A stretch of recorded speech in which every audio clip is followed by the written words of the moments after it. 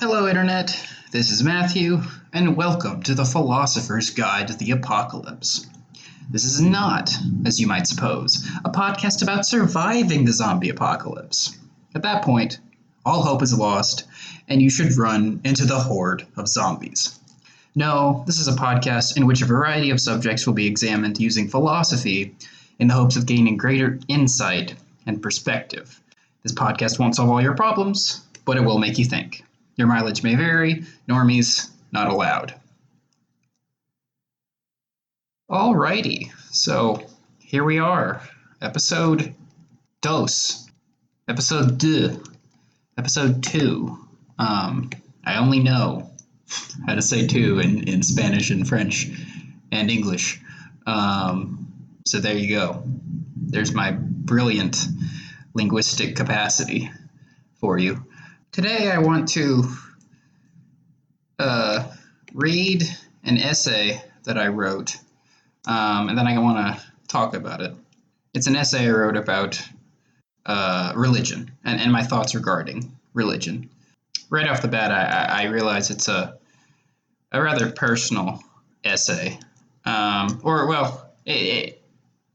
It's not personal in the sense that I have a lot of experience with established religion, but it's personal in the sense that I make it personal. I mean, I am clearly speaking from my subjective standpoint.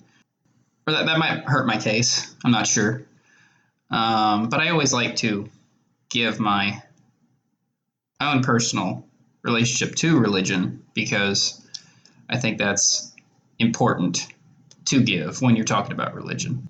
I think it's important for people to know, what your life experience with religion is, so they can put what you're saying about religion in its proper context. So without further ado, the essay is titled Hitchin's Ghost, How the New Atheists Paid for Our Sins. There are 3 quotes that I begin the essay with. To you, I'm an atheist. To God, I'm the loyal opposition. Woody Allen. One increasingly hears rumors of a reconciliation between science and religion. In major news magazines, as well as at academic conferences, the claim is made that belief in the success of science in describing the workings of the world is no longer thought to be in conflict with faith in God. I would like to argue against this trend, in favor of a more old-fashioned point of view that is still more characteristic of most scientists, who tend to disbelieve in any religious component to the workings of the universe. Sean Carroll. All religion, my friend, is simply evolved out of fraud, fear, greed, imagination, and poetry. Edgar Allan Poe. You'll have to apologize. There's a thunderstorm outside. I did remember to close my windows, though. I did not do that last time I recorded, but I remembered this time. I grew up in an ostensibly Christian household, but personally, religion had very little influence on my action or thought process, either in a positive or in a negative way. It did have an influence, because you can't ever escape it. I remember going to my mother in tears when I was 8 or so, because I was worried that I was destined to go to hell. Then in the 5th grade, I expressed belief in heaven, because my grandmother, whom I had been very close to, had died, and the thought of seeing her again was comforting. But I had no deep understanding of what I had said. These statements weren't expressions of sincere conviction, of a well-thought-out, well-researched worldview. I said them because I had absorbed these ideas from my culture. You would think, then, that given my background, I would not have strong feelings either way on the subject. Oh, I may not be religious, but I won't criticize religion openly. I don't want to offend anyone, since religion is such an important part of people's lives, etc. This was not what happened. The start of my journey down the infidel rabbit hole began for 2 reasons. 1, YouTube, and 2, 7th grade World Civ. I began watching political pundits on YouTube, and I stumbled upon atheist YouTubers quite early. It was through these pundits that I became aware of the new atheists: Richard Dawkins, Daniel Dennett, Sam Harris, Christopher Hitchens. But it was these YouTubers who armed me with their arguments, and it was only later on that I actually read God is Not Great and The God Delusion. Around the same time, a class I took on world civilization did a unit on comparative religion. I became fascinated with what different people believed and why, to the point where I would call it an obsession. It was my first real exposure to religion, to religious thought outside Christianity. It was a combination of having a teacher point out all the various differences, large and small, between each religion, and learning about all the arguments against God's existence and why religion can be such a deadly influence on human affairs in my free time that any remaining religious feelings in me were dispensed with. But my opinion was not changed in a split second. I was not suddenly overcome with the realization that there was no higher power who cared about me. I worked my way through a laborious line of reasoning.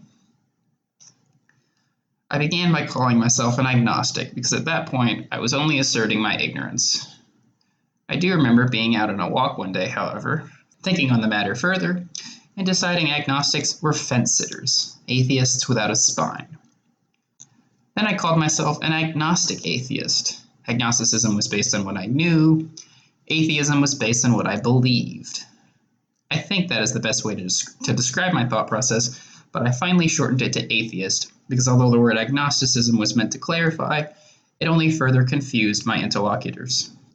It is very important to have conversations on epistemology, theory of knowledge, but also incredibly frustrating. The total skeptic will recoil at my atheism. In the age after Russell and Wittgenstein and Einstein and Gödel shattered the idea of the infallibility of science, and the age after postmodernism has influenced everything from literature to politics, it is practically assumed that truth is beyond our reach at best and an illusion at worst. I can't say God doesn't exist because I don't know everything, and what I do understand derives from the limits of how the human brain is constructed. But this is a misunderstanding of truth. We can all agree that Platonic truth is an absurdity, but that is not the truth we need to be searching for. That is not what scientists talk about when they talk about truth. Truth can be, so to speak, true enough. The analogy I like to use is finding one puzzle piece in your attic, then finding another, then another. There is no guarantee you will find the entire puzzle, but you can probably find enough pieces to have a general idea of what the puzzle represents. That is what the scientific method and logical argument can help you with. My claim that God doesn't exist is my best approximation of reality. Absolute knowledge is not necessary to make truth claims. Truth claims can be based on probability. If people rest the existence of God on our own ignorance about the world in and of itself, that is a very weak claim. Even Hume, the man who questioned the limits of reason in a way that most of his contemporaries didn't, was an atheist. And Kant, the author of the Critique of Pure Reason, in his posthumously published work, described God as a metaphor for conscience rather than an all-powerful being who created everything. Neither man believed in infallible reason, and yet they still found reasons to question the supernatural claims religion makes. But if I began and ended with arguments for and against God's existence, I would not be doing my job. There are plenty of other writings which will go into that matter in much greater detail. I am more interested in that pervasive and continuing conflict between religion and science plus philosophy. To quote Will Durant, I could say reason versus faith, but I will make it more tangible to make room for people who give reasoned arguments for God and for religion. Science and philosophy start with asking questions and attempt to solve those questions. Religion starts with answers, and then people within this or that tradition argue about their interpretations of the answers. These modes of thinking, these worldviews, are fundamentally in conflict. But are they really? Isn't that an outdated way of thinking itself? A good deal of people would argue for the late Stephen Jay Gould's position. Noma, non-overlapping magisteria, is a simple, humane, rational, and altogether conventional argument for mutual respect based on non-overlapping subject matter between two components of wisdom in a full human life: our drive to understand the factual character of nature, the magisterium of science, and our need to define meaning in our lives and a moral basis for our actions, the magisterium of religion. To put it another way, science explains why an apple falls from a tree. Religion explains why murder is wrong. Science explains the natural world. Religion explains the human world, or at least the factors that make up a meaningful and moral life as such. There's no denying that Judaism, say, inculcates a moral code into its followers, and that moral code has influenced Christians, Muslims, even non-believers. But when the Catholic Church forced Galileo to retract his astronomical finding that the Earth revolved around the Sun and is not the center of the universe, they were attempting to refute one scientific claim with another scientific claim: the Sun revolves around the Earth. If that incident was too long ago for you to take my argument seriously, here's a modern example. When creationists in the United States attempt to get intelligent design inserted into public school science class along with evolution by natural selection, they are making a scientific claim. Either intelligent design is a fact, or the jury is still out whether evolution by natural selection or intelligent design is true. If someone claims that prayer can heal a sick patient, that is a scientific claim. Prayer can heal you. When I say scientific claim, I refer to statements about how the universe works, properties of reality, natural laws. Or to put it another way, you could investigate the effectiveness of prayer using the scientific method. I'm not making the cheap argument that the scientific method can solve all problems. That is a red herring that I don't even think most scientists believe. Or if they ever did believe that, they don't anymore. The dominance of science in our culture has led people who lack any scientific background to make stupid claims about scientific matters. And anyone who hears how the media reports on medical research will understand that. Now that that's out of the way, if Gould's definition of religion is not satisfactory, what definition do I propose? To even define the word religion is to offend and anger people. But I want to be as broad as possible for obvious reasons. I find the Stanford Encyclopedia of Philosophy's definition in the article Philosophy of Religion reasonable enough. A religion involves a communal, transmittable body of teachings and prescribed practices about an ultimate sacred reality or state of being that calls for reverence or awe, a body which guides its practitioners into what it describes as a saving, illuminating, or emancipatory relationship to this reality through a personally transformative life of prayer, ritualized meditation, and or moral practices like repentance and personal regeneration. This definition is not without its flaws, but it is, and I shudder at using this word as a compliment, impartial, or at least more descriptive than normative.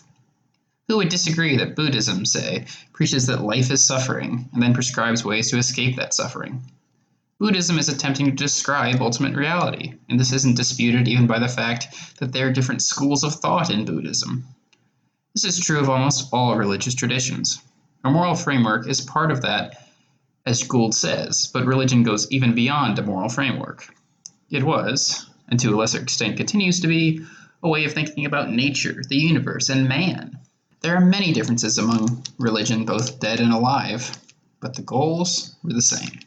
It is easy to comprehend why religion came about and why it spread when we remember this fact. Religious belief began as tangible superstitions, such as each man, animal, and plant, and mineral having a soul. But as Homo sapiens moved from living in nomadic hunter-gatherer tribes to living among larger and larger groups, subsiding on agriculture, religions as we understand them now came into existence. That is, an attempt at a coherent system of thought, contrast animism with the Catholic Church. And as religion came into being, whether in its polyistic, monotheistic, or non-theistic forms, it got its hand in many pies: art, music, storytelling, poetry, ethics, science, philosophy, politics, healthcare, law, dietetics, the list goes on and on. We feel the effects of religion on a daily basis in so many ways that it is hard to comprehend.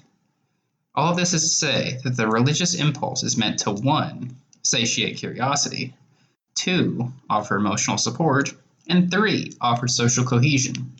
But is religion successful in these arenas? And if so, is it still successful? To answer these questions in reverse order, there is an argument to be made that religion can provide social cohesion within a group. If a group of people share religion, that can foster an altruistic communal spirit and give them a sense of being part of something greater than themselves. Although religion is also a good way to control people. The pro-slavery passages of the Bible were used to support the institution and to make the slaves feel like that was simply their God-given place. It was the same for peasants and serfs. If you are taught from childhood that your place is doing manual labor for the benefit of a nobleman, You are less likely to revolt. But it can create violent hostility to people outside your group. The Crusades, Islamic terrorism, Israel's foreign policy. Religion also destroys social cohesion within a community if individuals or groups disagree at all with the prevailing religion. The execution of Socrates, the massacre of St. Bartholomew, the Spanish Inquisition. Religion can offer emotional support. If, for example, a couple's newborn baby died, you can see why they might want to believe that they will see him or her again in heaven someday. Freud also talked about religion being created to rid people of death anxiety. If everyone has a soul, and there is an afterlife, then nobody truly dies. Most people don't relish contemplating their own demise, so it's easy to see how the idea of an afterlife is comforting. Although religion just as often leads to people feeling guilty for being born gay, or petrified with fear of hell. Both of those are hazards in the Abrahamic tradition especially. Or setting people impossible standards of conduct that lead to anxiety, low self-esteem, and more. To mention Buddhism again, it attempts to separate you from worldly desire. Religion is quite good at satiating curiosity, although the issue comes in when religion attempts to stifle free inquiry. And the examples of religious leaders and institutions attempting to prevent an individual and/or a group from thinking outside the box abound. Spinoza was excommunicated from the Jewish community he was a part of in Amsterdam on the charge of atheism. Whether he was one or not is up for debate. I already mentioned the Catholic Church's hostility to Galileo. It was also hostile to Newtonian physics and Darwinism. And that's not to mention the list of prohibited books the Church kept for many centuries. It is also true, to be fair, that many intellectual breakthroughs were made in the Islamic Golden Age, and many of history's great minds benefited from a Jesuit education. I am not making ignorant strawman arguments such as religion is the source of all evil, and various other arguments that critics of religion are charged with making. One doesn't have to construct a strawman of religion to reject it. But in the age of Black Lives Matter and Antifa, QAnon and Trump, these arguments don't seem to matter anymore. People very rarely talk about the new atheists anymore. They left their mark, and then Hitchens died. Sam Harris began focusing on political correctness and the dangers of radical leftism, and Richard Dawkins and Daniel Dennett have drifted into the obscurity of old age. They published books, they gave speeches and interviews, they convinced some, left others unsatisfied. Then, as always, the controversy died down, and new controversies sprang up. The culture wars are in full swing, and public policy, coupled with the ideal sociopolitical structure, is what is on people's minds. Nevertheless, speaking of the intellectual dark web, a figure of the culture wars does talk about religion quite a bit, and that is the Canadian psychologist and self-help guru, Jordan Peterson. Peterson is not at all interested in God's existence or non-existence. He quite literally dodges the question when asked. As for the value of religion, that's another matter. We need religion and tradition more generally, says Peterson, because people are irrational, and the world is practically unintelligible to us. The stories we tell ourselves have a meaning beyond themselves, and that includes religious stories. He even goes so far as to say that someone like Sam Harris is effectively a Christian because of his moral framework. If he wasn't, he would be doing all kinds of dastardly and unspeakable things. So, the takeaway Peterson wants to leave with his audience is that religion is a necessary and beneficial force in human life. He views the new atheists as shallow intellectuals who have too great a faith in human reason and our emancipatory potential. Peterson does concede that 1, atheism makes sense from a scientific perspective, and 2, aiming for a better world is a desirable goal. But he still holds that religion and tradition give people a framework to take personal responsibility and honestly examine themselves. When people get too arrogant and lack self-knowledge, that's when the concentration camps and the labor camps come about. That's when people like Adolf Hitler and Joseph Stalin take power. That's when civilization falls into savagery.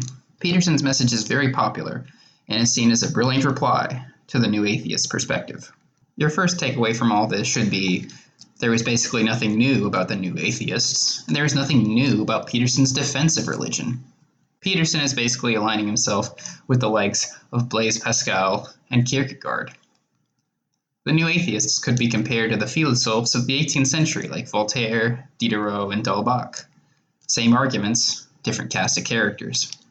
What I'm arguing, therefore, is that the new atheists served a necessary purpose in the same way that the Philosophers served a purpose in their time. The Philosophers pointed out not only the ridiculous ideas and jargon that go into theology, but how Christianity had a corrosive influence in everyday life. It was a publicity campaign on behalf of the human mind, as much as it was a battle of ideas. It is okay to question religion, important in fact. They made religious criticism respectable. But more importantly, perhaps, they advocated for tangible changes in society. Separation of church and state, freedom to worship whatever way you see fit, within limits, of course, interfaith marriages, secular education. We have the Philosophers to thank for these and other freedoms. As for the new atheists, they weren't looking to please. They spoke their mind without mincing their words or pulling punches. They showed people that you don't have to keep quiet if you're not religious. They said you don't have to feel bad for not believing. And if religion is doing harm in your view, point that out. If Orthodox Judaism impedes stem cell research, somebody has to speak out against it. Ditto for if Wahhabism prevents the emancipation of women, or if any politician is peddling religious mumbo-jumbo.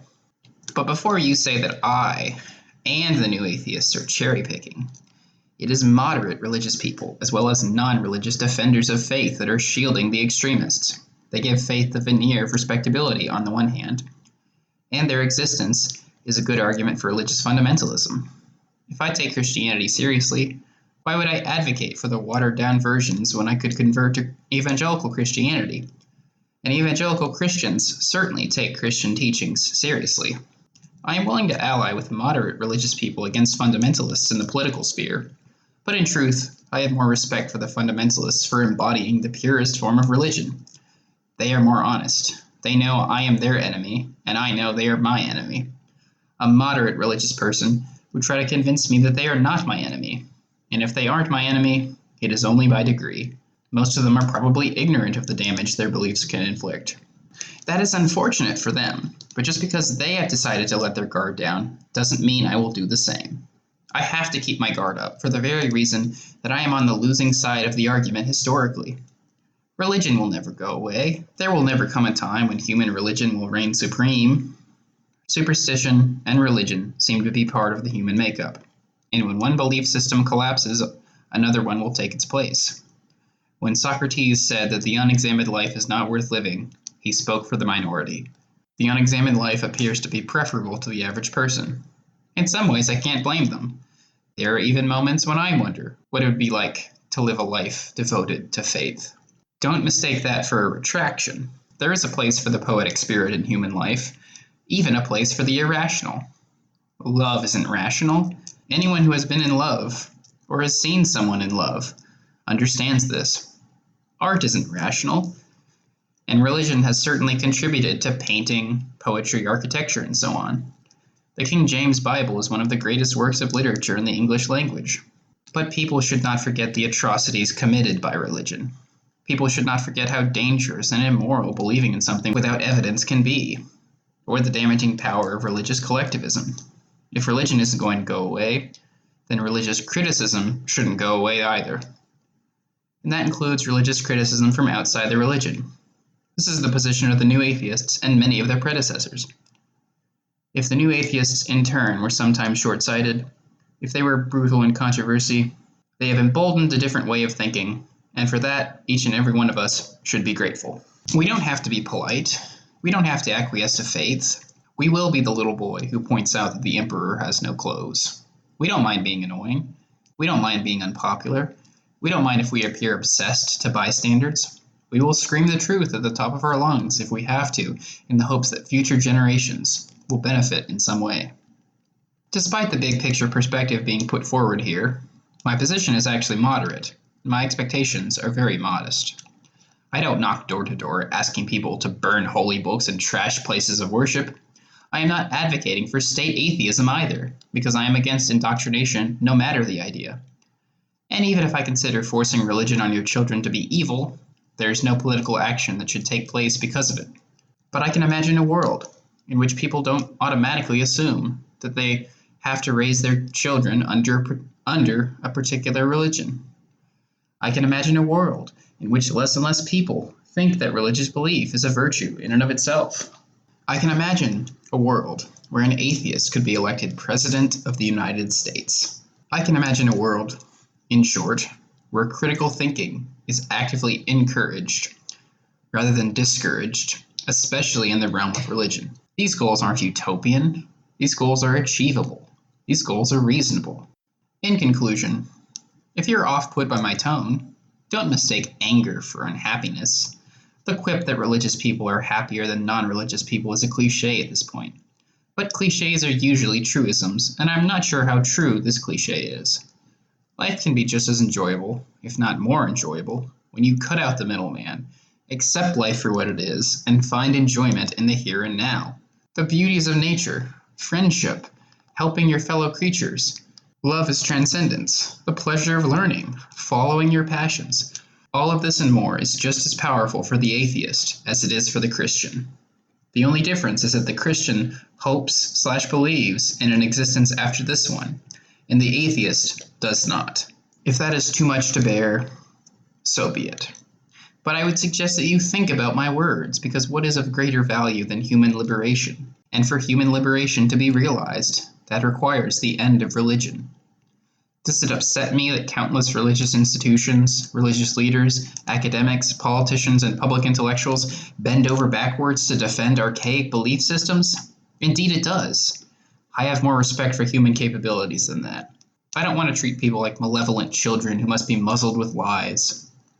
Even if most people end up rejecting such arguments, at least they were given the option to live otherwise. So that's my essay. And I wanted to talk about it for a little bit. Now, it is a rough draft, so it's not the best that it can be. It's not in its best form here. Like I would want to do more research in order to make sure that I didn't include any erroneous facts. There are definitely phrases that were repeated too often, and probably even points that I repeated a couple times in which I didn't need to. But I'm more interested in the content, because what I think a lot of people would say if they read that essay is they would ask the question, why so angry? There's no reason. I think the most common response to that essay would be, there's no reason to be angry. Like you're overreacting. Like Christians don't burn people at the stake anymore. Most Muslims don't commit terrorism. Heck, most people of Jewish descent aren't even rigorous believers. And on top of that, if you're going to say that religion isn't going to go away, if you're going to say it's just a necessary piece of human life, if it's just built into the human character, then why even really spend much time talking about it? Like, you don't like religion because you're not religious, okay, but you said it's never going to go away, so just let it go. Talk about other things. It doesn't matter.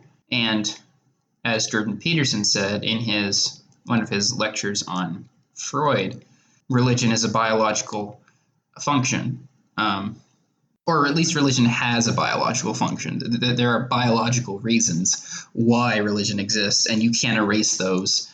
And in fact, if you attempt to get rid of those, get rid of something that has a biological function, then you're probably going to have maladaptive behavior. You're going to have unintended negative consequences.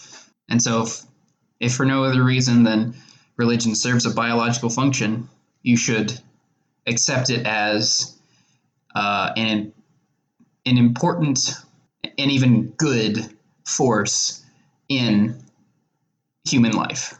Now, I admit that in an attempt at self-criticism, I've truly grappled with the criticisms levied at the new atheists and at people, and at the philosophers, and at the people who are thought of as extremely critical of religious belief and religious institutions. And I would say that the best counter-argument I have would be that religion serves a biological function, in the same way that you could say some form of governance some form of authority from above that enforces certain rules on everyone else below serves a biological function. So, an anarchist argues that states are obsolete, states aren't necessary, states are corrupt and corrosive institutions. So it's interesting to me actually. It's interesting to me actually because I kind of feel like my essay, you could just take out the word religion and put in the word, the state or government, and it would truly read like a fiery anarchist manifesto. What are anarchists saying? Anarchists are saying, okay, look, everyone says states are necessary. Everyone's saying governments are necessary. And they're not. They're just not. People are being fooled. People are being lied to. People are ignorant, or people are just stupid and want to be slaves. But if you truly want to liberate people, if you truly want people to experience the total amount of freedom and or equality, depending on the kind of anarchist you're talking to, then it's necessary that we get rid of the state. And I've been somewhat sympathetic to that because I have a somewhat antagonistic relationship with the state. But I sort of came to the conclusion that states exist for biological and historical reasons. States in some form. Doesn't have to be the nation state. Obviously, the nation state is a relatively new phenomenon. But states have existed basically as long as we've had really large and complex social structures. And so I came to the conclusion that, well, probably some kind of state, even if it's at the level of a city-state. So a government at the level of a city-state, of course, would be different than, say, the federal government of the United States, but it would still be a state in some form or fashion, I think. And so, yeah, I came to the conclusion that the anarchist position is untenable for that reason. And I think someone would say the same thing to me about religion. Your position is untenable because religion has existed, for the entirety of human history. Therefore, there's really no point in criticizing it, unless except maybe in the cases of true extremists and fundamentalists and really people who are just causing great havoc. But most of the time, they're not. And so, don't make the average person sad by telling them that their religion is a bunch of lies and myths and fables that have no bearing on reality. Now, of course, I don't go around telling every religious person that their belief system is made out of lies and myths and fables that don't have any connection to reality. That's the funny thing, is I'm really not, and the new atheists really aren't, these curmudgeonly radicals that are truly ignorant of history and politics and human nature and have a glorified sense of the power of human reason. Now, as I've gotten older, I've had more criticisms of the new atheists myself.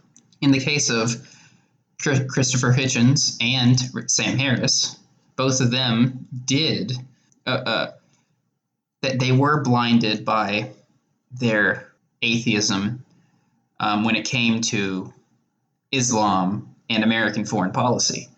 I think Hitchens was more blinded than Sam Harris was, but Sam Harris has said pretty ignorant things about American foreign policy as well. And I think that partly does come from their fear at the damaging power of radical Islam. Does Richard Dawkins, engage with the nitty-gritty of theology and philosophy of religion? No, not really. He should probably do that more if he wants a greater scope in his analysis. But he more or less pleads guilty to this himself. He's like, no, I don't have time to read all this theology. I just don't. He said in I think a profile for either the New York Times or the New Yorker, I don't remember, but he said, yeah, I regard this in the same way that I regard fairyology. I'm not going to study fairies. I'm not going to study all these different books written about fairies. I have better things to do. Or what about, when it comes to these, say, the infallibility of reason and science, what about Sam Harris's The Moral Landscape, in which he argues that we need a science of morality, that the scientific method can lead to correct moral teachings. A moral framework can be derived using the scientific method.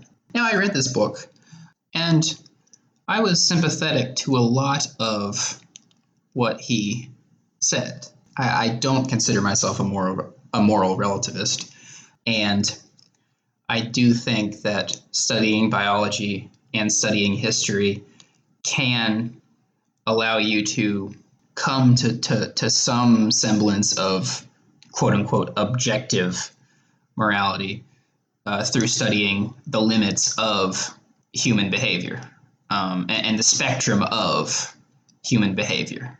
Now, I realize that answer's not going to please a lot of people, and I say objective in quotes because I'm not even sure the objective-subjective distinction ultimately matters when we're talking about morality.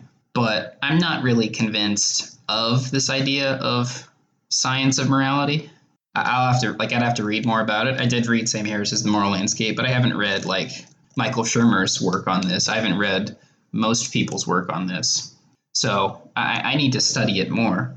But on its face, I'm not particularly convinced that the scientific method can lead to a moral framework. If anything, giving people the freedom to study science just increases free inquiry, which can, I think, lead to greater discussions on the most important moral questions that we face as humans, as human beings. So I'm not here to say the new atheists are these infallible teachers that you should be, that you should believe their every word. And they don't say this about themselves. So, but I keep coming back to this, I guess a response I would say to someone like Jordan Peterson, who would describe religion as having a biological function. And I think what I would say is, you're right. However, religious criticism and religious skepticism also has a biological function. If we're going to put on our biology hats, if we're going to put on our biologist hats, then I think you have to say, not only has religion been with us for time immemorial, but so has heresy, so have infidels, so have atheists and agnostics and deists and people who just think outside the bounds of the accepted religion of their day or religions of their day. It's not as if you can do without religious criticism. In fact, a world without any religious criticism would be a pretty terrible world, I think. So at that point, I'm almost left with this weird situation where I have to accept religion as the other side of the coin, even though I'm fighting against it, even though it's not going to go away, even though most people disagree with me. I have to say, religion is necessary because I'm criticizing religion, and to criticize religion, you have to have religion. It's like the people who are defending religion and the people who are criticizing religion. They can't do without the other. They're strange bedfellows, but bedfellows nonetheless.